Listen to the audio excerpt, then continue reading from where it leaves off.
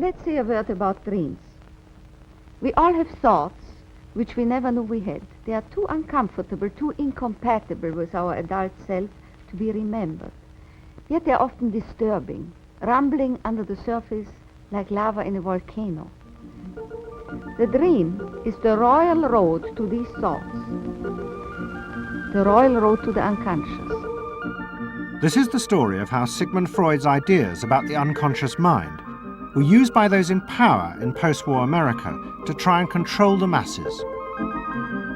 Politicians and planners came to believe that Freud was right to suggest that hidden deep within all human beings were dangerous and irrational desires and fears. They were convinced that it was the unleashing of these instincts that had led to the barbarism of Nazi Germany. To stop it ever happening again, they set out to find ways to control this hidden enemy within the human mind.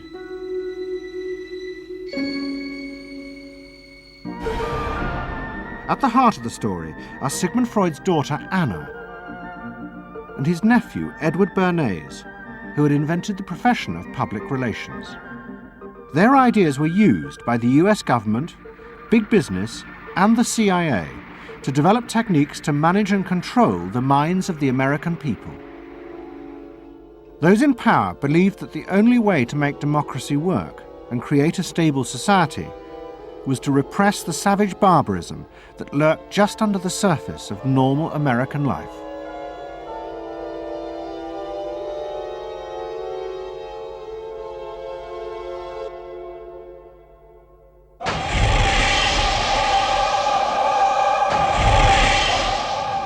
The story begins in the middle of the fierce fighting of the Second World War. As the fighting intensified, the American army was faced by an extraordinary number of mental breakdowns among its troops.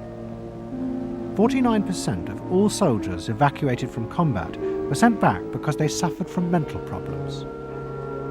In desperation, the army turned to the new ideas of psychoanalysis. They made a film record of the experiment using hidden cameras. It says here on your record that you had headaches and that you had crying spells. Yes, sir. I believe in your profession is called nostalgia. In other words, homesick. Yes, sir. Mm-hmm. It was induced when, shortly before the war, I received a picture of my sweetheart. Yes.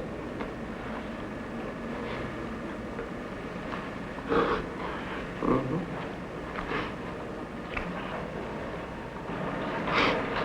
I'm sorry, I can't continue. That's all right. It was the first time that anyone had paid such attention to the feelings and anxieties of ordinary people. At the heart of the experiment were a number of refugee psychoanalysts from Central Europe. They worked with American psychiatrists to guide and shape the project. When I first came to America, I worked in the psychiatric service with soldiers trying to rehabilitate them. And I traveled in the train from the East Coast to the West Coast. I was enormously curious what goes on in all of those little towns that the train is passing. After my years in the army, I knew exactly what everybody was doing in the little towns. Because I saw so many people who came from there. And I understood their aspirations, their disappointments, and so forth. So it was as if somebody invited me to a privileged tour into the inner soul of America. I'm not doing this deliberately, so Of course please you're believe me. not. I do believe you. A display of emotion is sometimes very helpful. I hope so, sir. Sure, it gets it off the chest. Well, sir, to be perfectly honest with you, I'm very much in love with my sweetheart. She has been the one person that gave me a sense of importance, and that through her cooperation with me, we were able to surmount so many obstacles. Take it easy now, just talk to... The psychoanalysts used techniques developed by Freud to take the men back into their past. They became convinced that the breakdowns were not the direct result of fighting. The stress of combat had merely triggered old childhood memories. These were memories of the men's own violent feelings and desires, which they had repressed because they were too frightening. Think deeply. Let's go back. When was it you... To the psychoanalysts, it was overwhelming proof of Freud's theory that underneath human beings were driven by primitive, irrational forces. You want that? World War II was a major shattering experience because I discovered the enormous role of the irrational in the lives of most people. That I can say, that I learned that the ratio between the irrational and the rational in America is very much in favor of the irrational. That there is much greater unhappiness, much more suffering, much more. A sadder country than one would imagine it from the advertisements that you get. A much more problematic country. Victory in the Second World War was celebrated as a triumph of democracy. But in private, many policymakers were worried about the implications of the analysis of the soldiers. It seemed to show that underneath every American were irrational, violent drives. What had happened in Germany seemed to bear this out. The complicity of so many ordinary Germans in mass killings during the war showed just how easily these forces could break through and overwhelm democracy.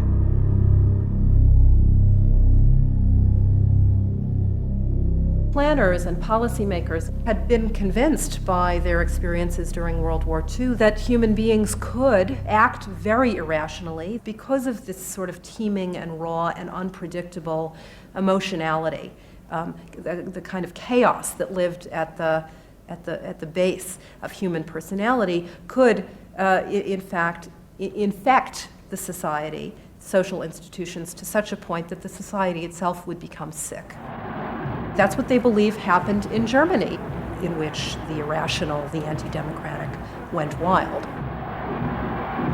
It was a vision of human nature as incredibly destructive, and they were terrified that Americans would in fact behave that way, or were capable of behaving that way, and they wanted to avoid a rerun of that. So what is needed is a human being that can internalize democratic values so that they are not shaken with the storm. And psychoanalysis carried in it the promise that it can be done. It opened up new vistas as to how the inner structure of the human being can be changed so that he becomes a more vital, free supporter and maintainer of democracy. The psychoanalysts were convinced they not only understood these dangerous forces, but they knew how to control them too. They would use their techniques to create democratic individuals, because democracy left to itself failed to do this.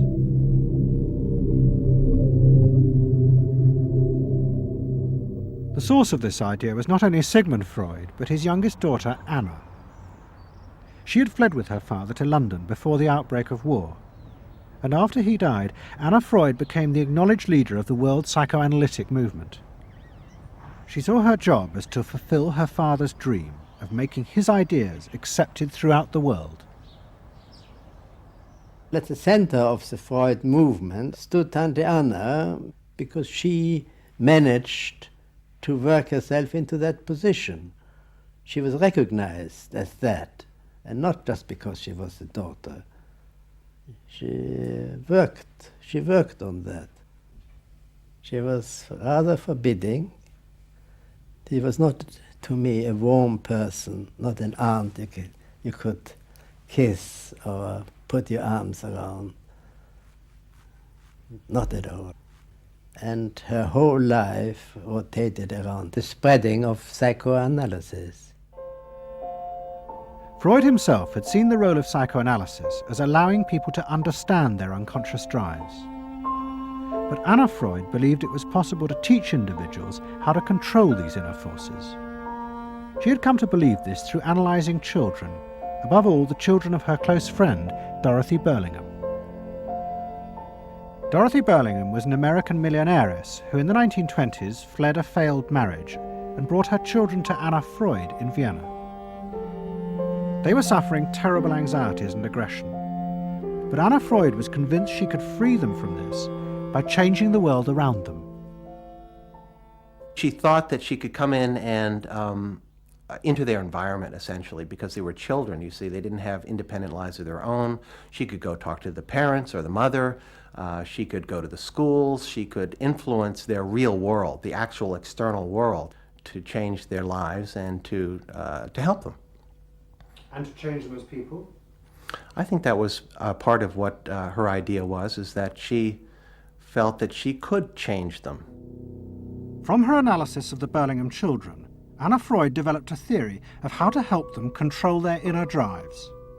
She believed that if, as well as psychotherapy, they were also encouraged to adapt to a good family and social environment, then the conscious part of their mind, the ego, would be strengthened in its struggle to control the unconscious.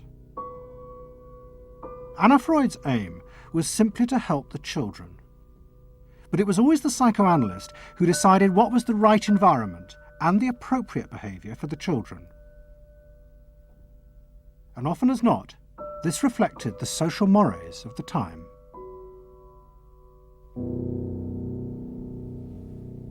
In my father's case, they were concerned that he would be a homosexual. And so a lot of their efforts went into preventing or trying to stop my father from becoming a homosexual. Whether or not he would have or did, or it's unknown to me. Why did they want to stop him? Because they felt it was abnormal. It wasn't a normal way to develop. They wanted to have him develop along lines that society recognized to be normal, because if they didn't, then you're going to be under the control of forces that you don't understand, that you're not even aware of. The analysis seemed to be a great success, and in the 30s the Burlingham children had returned to America. They settled down to happy married lives in the suburbs. What they didn't realize was that their experience was about to become a template for a giant social experiment to control the inner mental life of the American population. In 1946, President Truman signed the National Mental Health Act. It had been born directly out of the wartime discoveries by psychoanalysts that millions of Americans who had been drafted suffered hidden anxieties and fears. The aim of the act was to deal with this invisible threat to society. Shocked by the appalling percentage of the emotionally unstable revealed by the World War II draft figures, Congress in 1946 passed the National Mental Health Act, which recognized for the first time that mental illness was a national problem. Keenly aware of the tremendous problems ahead is Dr. Robert H. Felix, director of the vast new project. A primary objective of the National Mental Health Program is to increase our fund of scientific knowledge about mental health and about mental illness. We're not doing this. Why? Because there are all too few skilled mental health workers.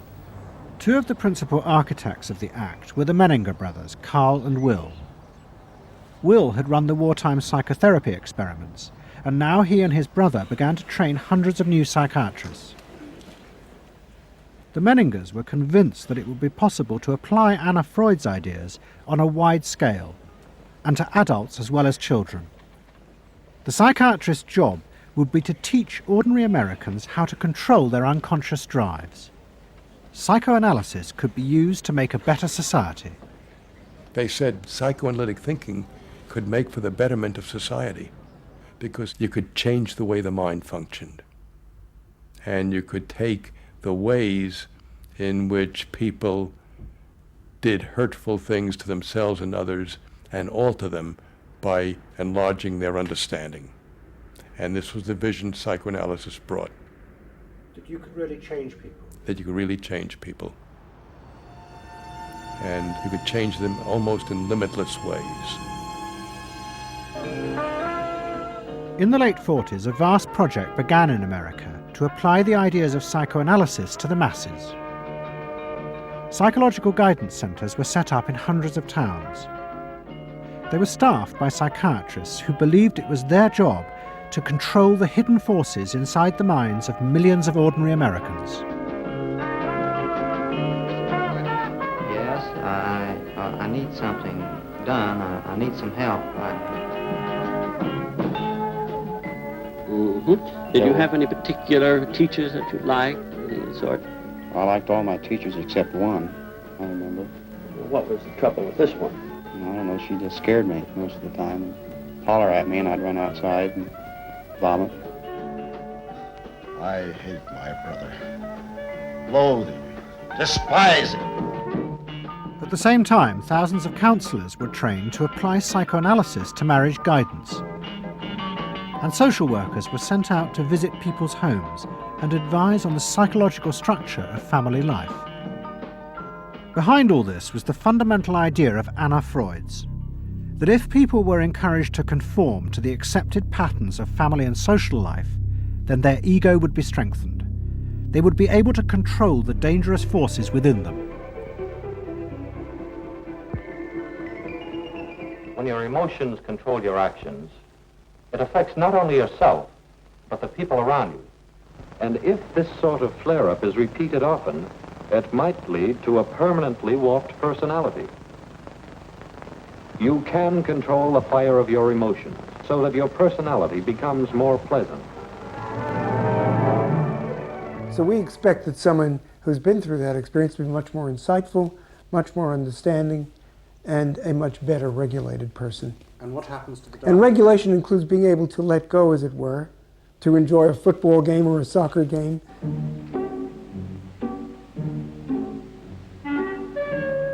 A more understanding, yes, rational, but also appropriately emotional person. The regulatory aspects of the human mind would really be in charge.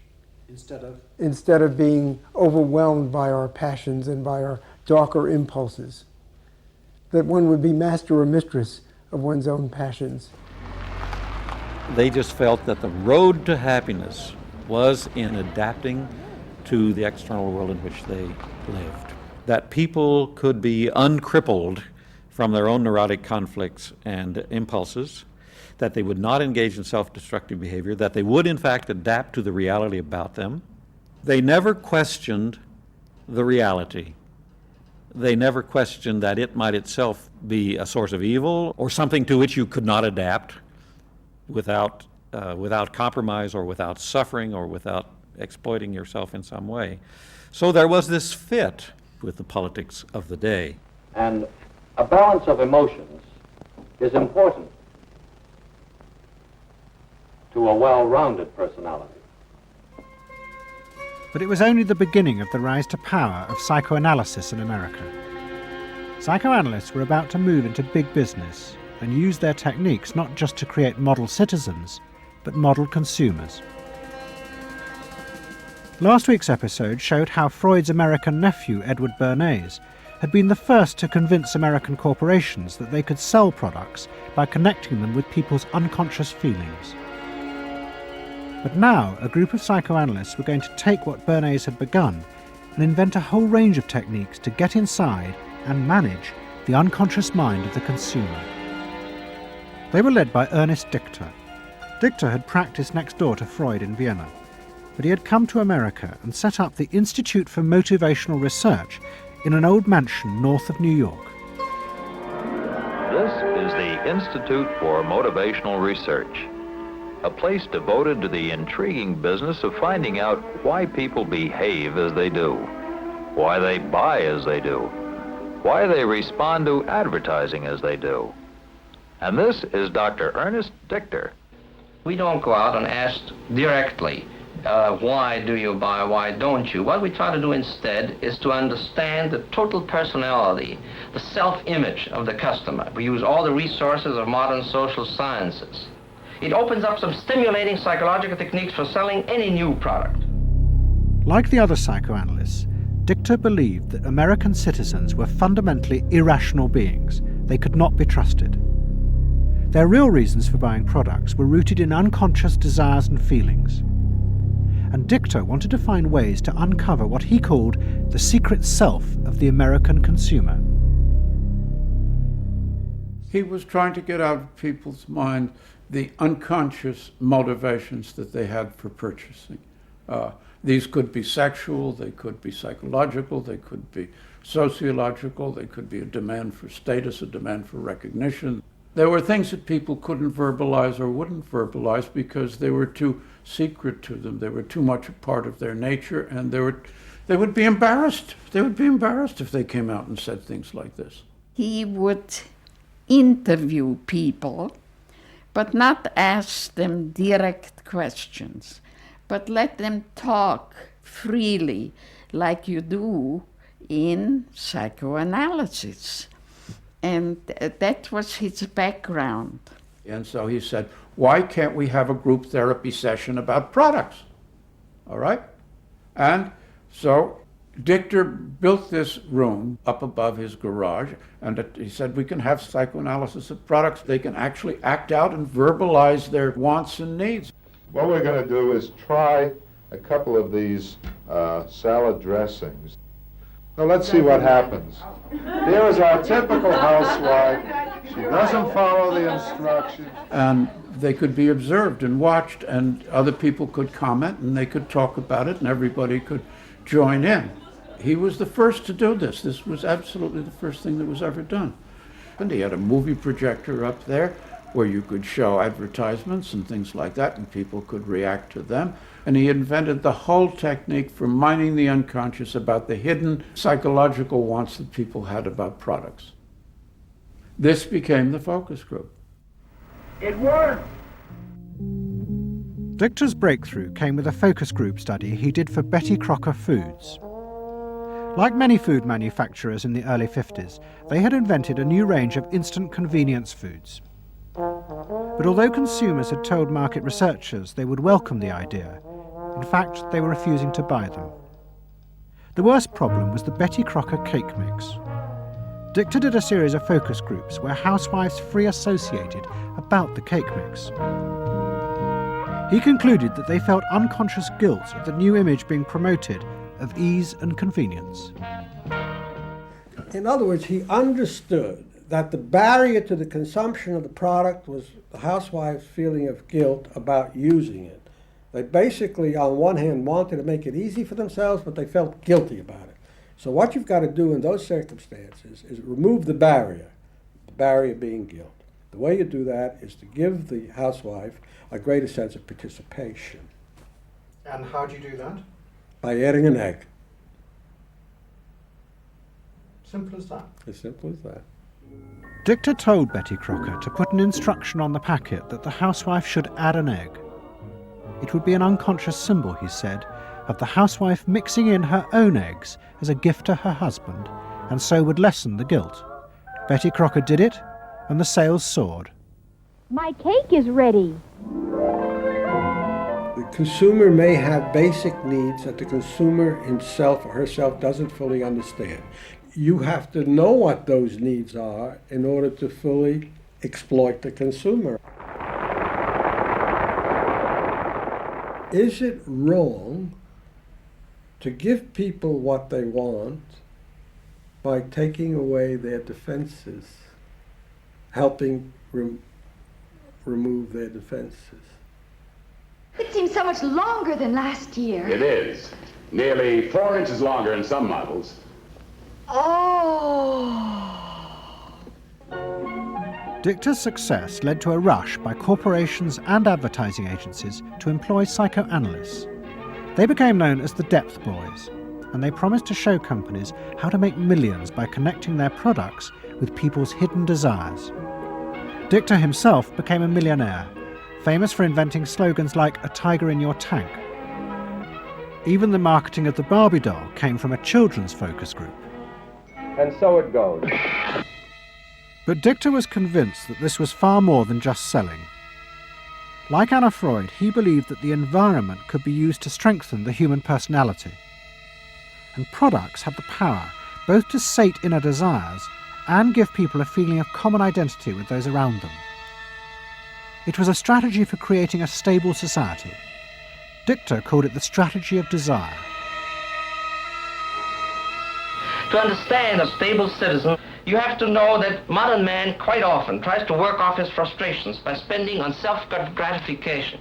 Modern man is eternally ready to fill out his self-image by purchasing products which complement it. If you identify yourself with a product, it can have a therapeutic value.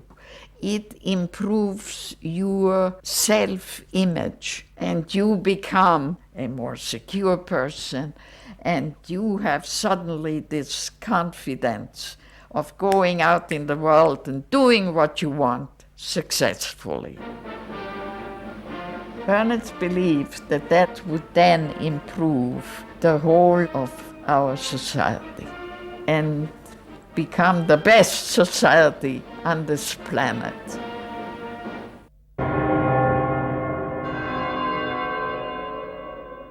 By the early 50s, the ideas of psychoanalysis had penetrated deep into American life. The psychoanalysts themselves became rich and powerful. Many had consulting rooms overlooking Central Park in New York. Politicians and famous writers like Arthur Miller and Tennessee Williams became their patients. They were seeking not just help, but to understand the hidden roots of human behavior. We were sought after. Washington was interested in what we think. You know, the important writers, important politicians were undergoing psychoanalysis. It was, we had waiting lists because there were so many patients that wanted to be analyzed. So it gave us a little bit of a swellhead. And as the psychoanalysts' ideas took hold in America, a new elite began to emerge in politics, social planning, and in business. What linked this elite was the assumption that the masses were fundamentally irrational. To make a free market democracy like America work, one had to use psychological techniques to control mass irrationality. They actually believed that this elite was necessary because individual citizens were not capable, if left alone, of being democratic citizens. The elite was necessary in order to create the conditions that would produce individuals capable of behaving as a good consumer and also behaving as a democratic citizen. They didn't see their activities as anti-democratic, as undermining the capacity of individual citizens for democracy. Quite the opposite. They understood that they were creating the conditions for democracy's survival and future. Anna Freud had never intended that her ideas be used in such a way, but she happily accepted the rise to power of psychoanalysis in America. She remained in England, living with Dorothy Burlingham. On the surface, it was an idyllic life. She and Dorothy had bought a weekend cottage on the Suffolk coast. And in the summers, Dorothy's children came from America to visit with the grandchildren. But underneath, things were going badly wrong. Both Bob and Mabby Burlingham, who Anna Freud had analysed in the 1930s, had suffered personal breakdowns, and their marriages were collapsing. Bob was drinking heavily, and Mabby suffered terrible anxieties. The real reasons for the visits to England were yet more analysis with Anna Freud. Well, the problem was that it didn't look very good, did it? Because here you have somebody who's having nervous breakdowns and is having alcoholic binges. And this is not exactly, doesn't really sit well. Well, you know, from a humane standpoint, obviously this is not desirable. You know, you want to help these people, but it also had the wider ramifications of everybody in analysis, in analytic circles, knew that Bob and Mabby were guinea pigs. They were the living proof that this was a wonderful process. It was very much swept under the rug. It didn't get out. I mean, these people had such, their power and influence was such that, you know, you were very careful. Anna Freud was a very powerful person, and you were the grandchildren, and she knew a great deal more than you did about what went on in your parents' lives and so forth. It was not something you were going to tangle with, and you were a product of the whole situation. But at the same time, we all knew that something was really out of whack. As she grew older, she became more and more important, didn't she? Politically and scientifically, but she didn't know when to stop. She was a bit too righteous. What she did was always the thing, and she would never, to my knowledge, acknowledge that she could make a mistake or be wrong. That is my feeling. But the power and influence of the Freud family in America was about to grow even more. Politicians were about to turn to Anna Freud's cousin, Edward Bernays, for help in a time of crisis. He was going to manipulate the inner feelings and fears of the masses to help America's politicians fight the Cold War. I don't mean to say, and no one can say to you, that there are no dangers. Of course there are risks if we are not vigilant. But we do not have to be hysterical. In 1953, the Soviet Union exploded its first hydrogen bomb, and the fear of nuclear war and communism gripped the United States. Those in power became concerned about how to reassure the population. Committees were set up and public information films made, appealing for calm in the face of new threats, like nuclear fallout. It's the fallacy of devoting 85% of one's worrying capacity to an agent that constitutes only about 15% of an atomic bomb's destroying potential. At this point, Edward Bernays was living in New York. In the 1920s, he had invented the profession of public relations and was now one of the most powerful PR men in America. He worked for most of the major corporations and advised politicians, including President Eisenhower. Like his uncle Sigmund, Bernays was convinced that human beings were driven by irrational forces. The only way to deal with the public was to connect with their unconscious desires and fears. Bernays argued that instead of trying to reduce people's fear of communism, one should actually encourage and manipulate the fear, but in such a way as it became a weapon in the Cold War. Rational argument was fruitless. What my father understood about groups is that they are manipulable, they're malleable, and that you can tap into their deepest desires or their deepest fears and use that to your own purposes.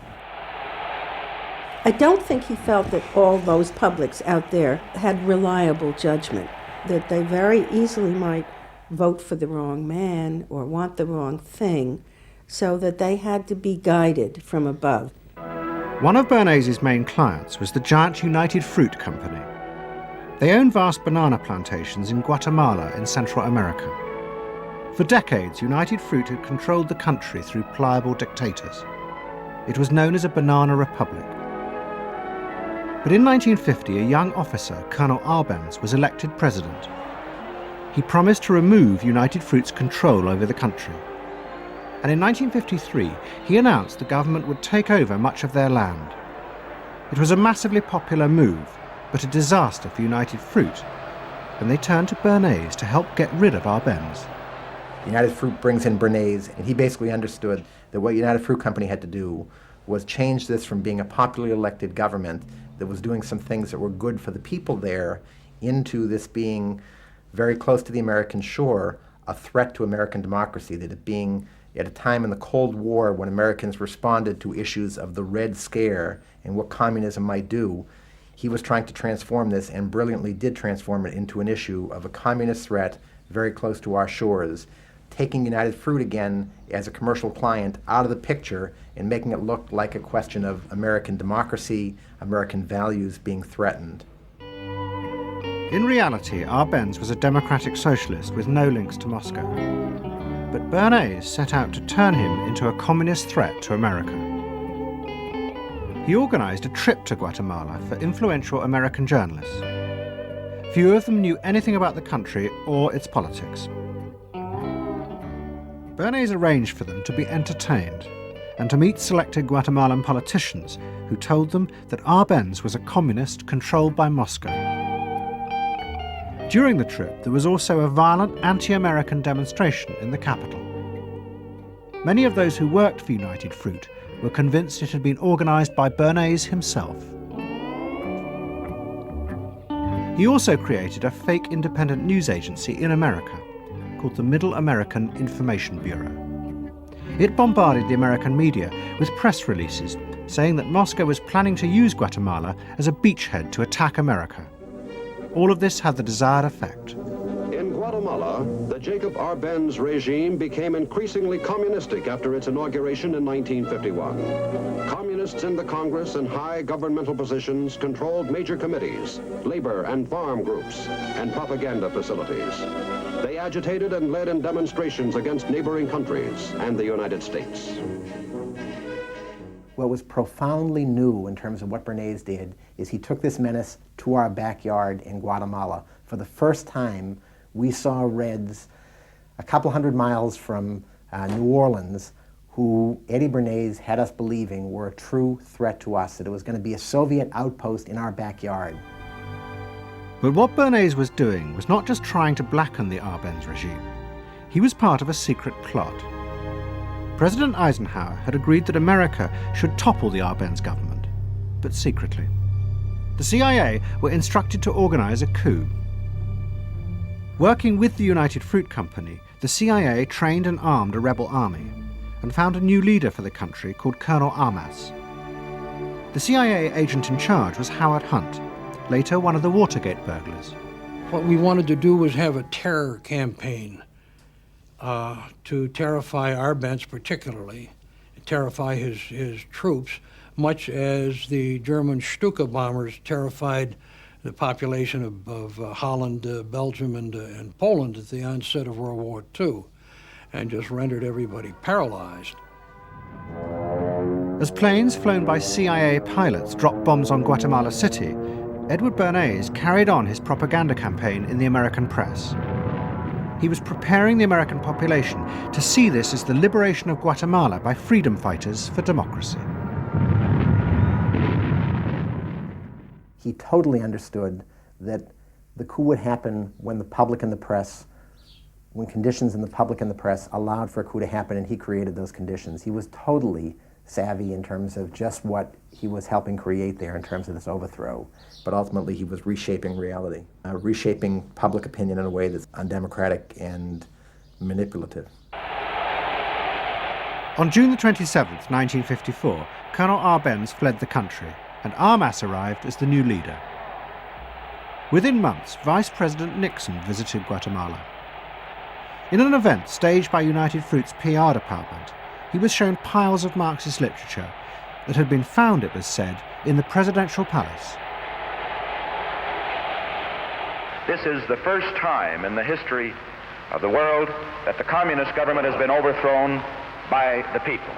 And for that we congratulate you and the people of Guatemala for the support they have given. And we are sure that under your leadership, supported by the people whom I have met by the hundreds on my visit to Guatemala, that Guatemala is going to enter a new era in which there will be prosperity for the people together with liberty for the people. Thank you very much for allowing us to see this exhibit of communism in Guatemala. You're welcome. And for dinner, see what Mother has for dessert. Banana gingerbread shortcake. Just another of the many tempting ways in which this nutritious fruit can be prepared. So now that you've seen where bananas come from before they reach your table, our journey to Banana Land is ended. We hope you enjoyed the trip. We know you like bananas. Bernays had manipulated the American people, but he had done so because he, like many others at the time, believed that the interests of business and the interests of America were indivisible, especially when faced with the threat of communism. But Bernays was convinced that to explain this rationally to the American people was impossible, because they were not rational. Instead, one had to touch on their inner fears and manipulate them in the interests of a higher truth. He called it the engineering of consent. He was doing it for the American way of life, and to which he was devoted. So this sincerely devoted, and yet he felt the people were really pretty stupid. And that's the paradox. If you don't leave it up to the people themselves, but force them to choose what you want them to choose, however subtly, then it's not democracy anymore. It's something else. It's being told what to do. It's that old authoritarian thing. But the idea that it was necessary to manipulate the inner feelings of the American population in the interests of fighting the Cold War now began to take root in Washington. Above all, in the CIA, who were going to take it much further. They were concerned that the Soviets were experimenting with psychological methods to actually alter the memories and feelings of people, the aim being to produce more controllable citizens. It was known as brainwashing. Psychologists in the CIA were convinced that this really might be possible, and that they should try to do it themselves. The image of the human being that was being built up at that particular time was that there was a great deal of vulnerability in every human being, and that vulnerability could be manipulated to program somebody to be something that I wanted them to be, and they didn't want to be. That you could manipulate people in such a way that they could be automatons, if you will, for whatever your own purposes were. This was the image that people thought was possible. In the late 50s, the CIA poured millions of dollars into the psychology departments of universities across America. They were secretly funding experiments on how to alter and control the inner drives of human beings. The most notorious of these experiments was run by the head of the American Psychiatric Association, Dr. Ewan Cameron. Like many psychiatrists at that time, Cameron was convinced that inside human beings were dangerous forces which threatened society. But he believed that it was possible not just to control these forces, but actually remove them. He thought that psychiatry should not just concentrate on sick people, mentally ill, but should actually go into government, that politicians should listen to psychiatrists. Psychiatrists should be in every parliament and should direct and monitor political activities, because they knew in a rational, scientific way what was good for people. Cameron had set up a clinic in a hospital in Montreal called the Allen Memorial. It is now long since closed down. Cameron took patients who suffered a wide range of mental problems. His theory was that these resulted from forgotten or repressed memories. But he was impatient with the idea of using psychotherapy to uncover them. Instead, he would simply wipe them. Cameron used drugs, including LSD, and the technique of ECT, electroconvulsive therapy. It was conventionally used at that time to relieve depression. But Cameron was going to use it in a new way, to produce new people. He was really using it to try and change the fundamental function of the individual, to alter their past memories, their past ways of behaving. And as I think he said at one point, it is to just sort of erase everything from their past so that you then had a slate in which you could record new ways of behavior. And so he used massive doses of shock, people receiving several shocks a day, and over a course of time, hundreds of ECT treatments, so that they were just reduced to a sort of a very primitive vegetable state. I don't remember what happened to me. I was introduced to Dr. Cameron, and I don't remember Dr. Cameron at all. I don't remember any of that. They shipped me up to what they called the sleep room, and they gave me all of these electroconvulsive shock treatments and megadoses of drugs and LSD and all of that, and I have no memory of any of that. Nothing of that time of the Allen Memorial or any of my life previous to that, all gone, wiped. And then, having depatterned somebody or brought them down to where basically nothing but the essential functions of the body were going on in terms of breathing and things of this nature. Then he would begin to feed material into these individuals, positive material, such that the brain would be programmed in a positive way, so that the individual would be completely altered. Then he put these tapes under our pillows called psychic driving. He would then put back into this empty brain a program of whatever sort he decided upon, and the people like myself would wake up another person, I guess. In fact, Cameron's experiments were a complete disaster. All he managed to produce were dozens of individuals with memory loss, and the ability to repeat the phrase, "I am at ease with myself." And it was not an isolated case. Almost all the experiments the CIA funded were equally unsuccessful. Despite their ambitions, American psychologists were beginning to find out how difficult it was to understand and control the inner workings of the human mind. We had been really chasing a phantom, if you will, an illusion, that the human mind was more capable of manipulation from the outside by outside factors than it is. We found out that the human being is an extremely complex thing. There were no simple solutions. But you've just got to bear in mind that these were very strange times. The psychoanalysts had come to power in America because of their theory that they knew how to control the dangerous forces inside human beings. But now the psychoanalysts were about to face a high-profile failure that would lead people to begin questioning the very basis of their ideas. It began in Hollywood. The film industry had become fascinated by psychoanalysis, and Anna Freud was a powerful influence on dozens of analysts in Los Angeles. They treated film stars, directors, and studio bosses. Anna Freud's closest friend was the most sought after of all, Ralph Greenson. And in 1960, the most famous star in the world turned to Greenson for help. Marilyn Monroe was suffering from despair and had become addicted to alcohol and drugs.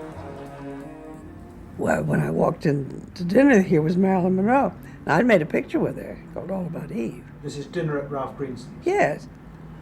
And the only thing was that Ralph was trying to show her, Romy, I never called him Ralph in my life.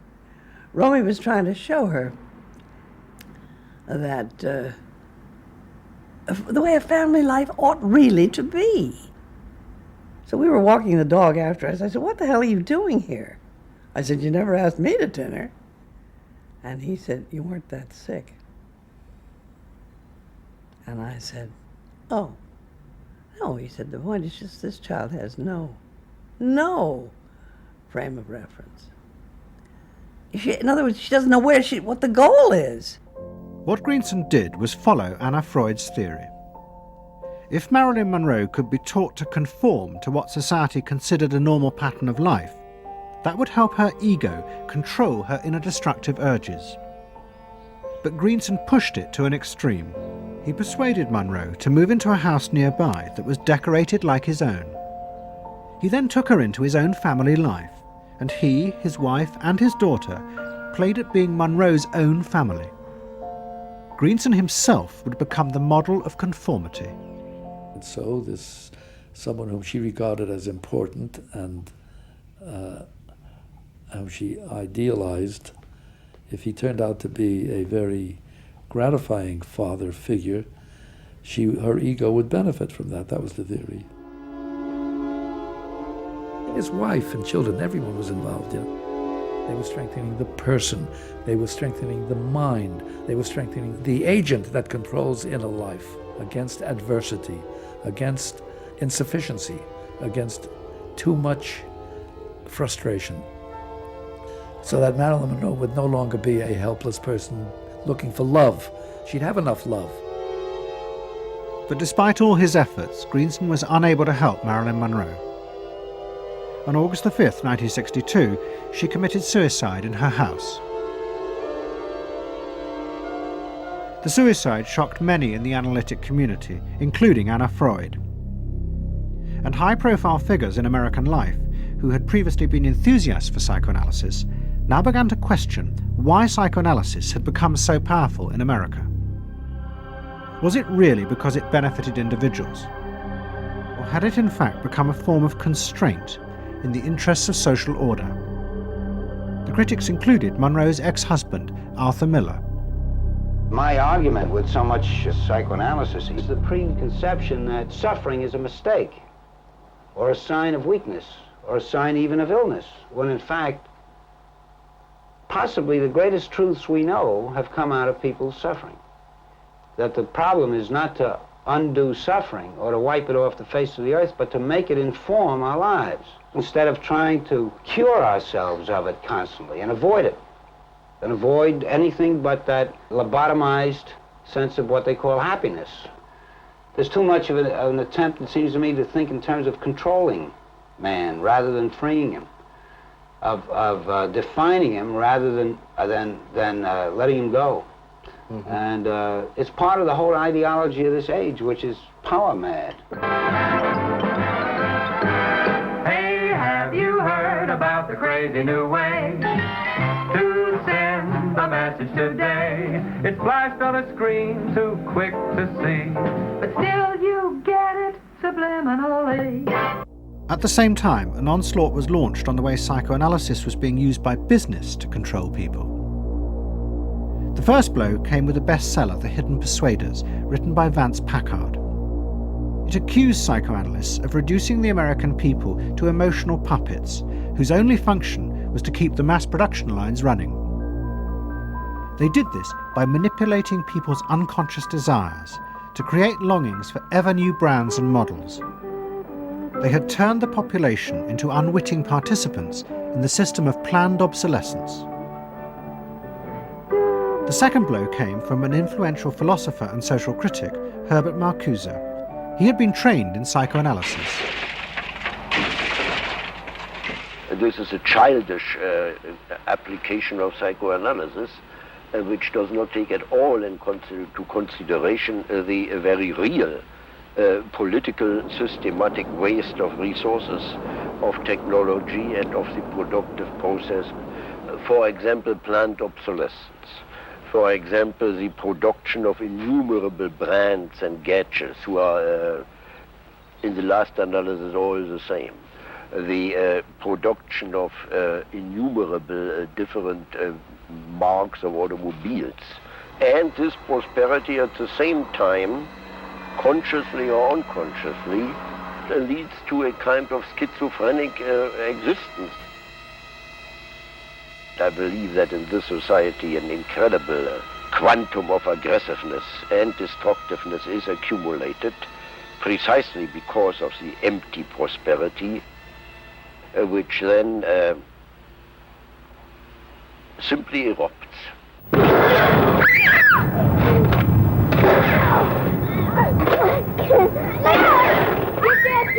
Marcuse's argument was not simply that psychoanalysis had been used for corrupt purposes.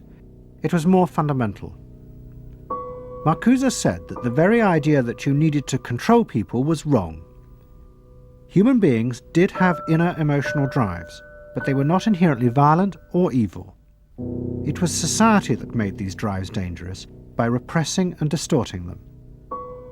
Anna Freud and her followers had increased that repression by trying to make people conform to society. In so doing, they made people more dangerous, not less. Marcuse challenged that social world, and he said that's a world that should not be adapted to. And in fact, what the individual was adapting to was corrupt and evil and corrupting. In other words, he switched the source of evil from inward conflict to the society itself. That the sickness of society lay at the society level, not at the sickness of human beings in it. And if people did not challenge that, then they were, in fact, submitting to evil. Modern psychology has a word that is probably used more than any other word in psychology.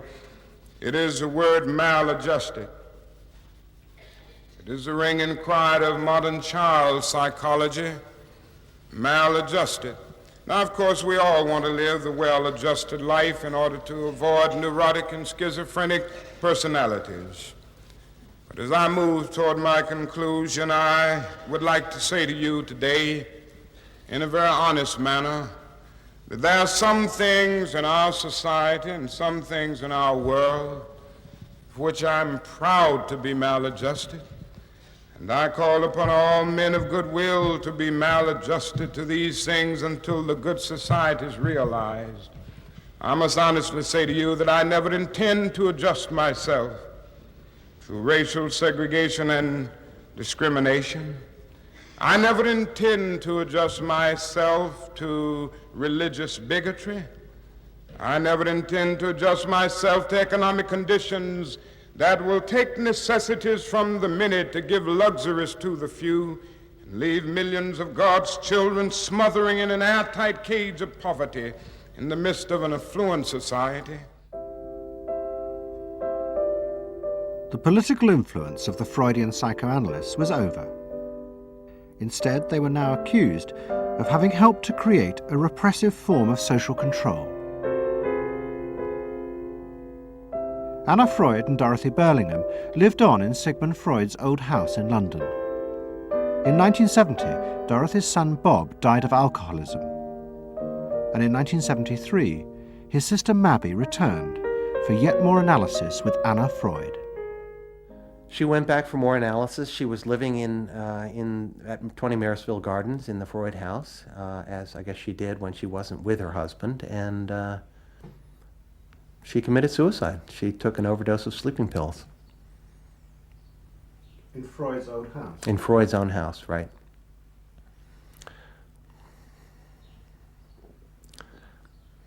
So, I mean, the obvious, there are a lot of implications that one can draw from that, and I just think she happened to reach the end of the rope there. Although it would seem to be a very pointed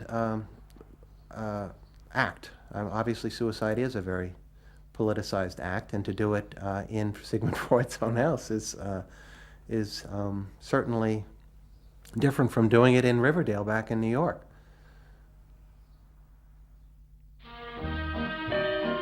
Next week's episode will tell the story of the rise to power of the enemies of the Freud family. They believed that the way to build a better society was to let the self free. But what they didn't realize was that this idea of liberation would provide business and politics with yet another way to control the self, by feeding its infinite desires. To be lonesome.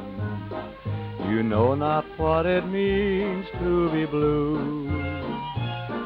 Someday you'll realize and pay for all those lies, then you'll know what it means to be blue.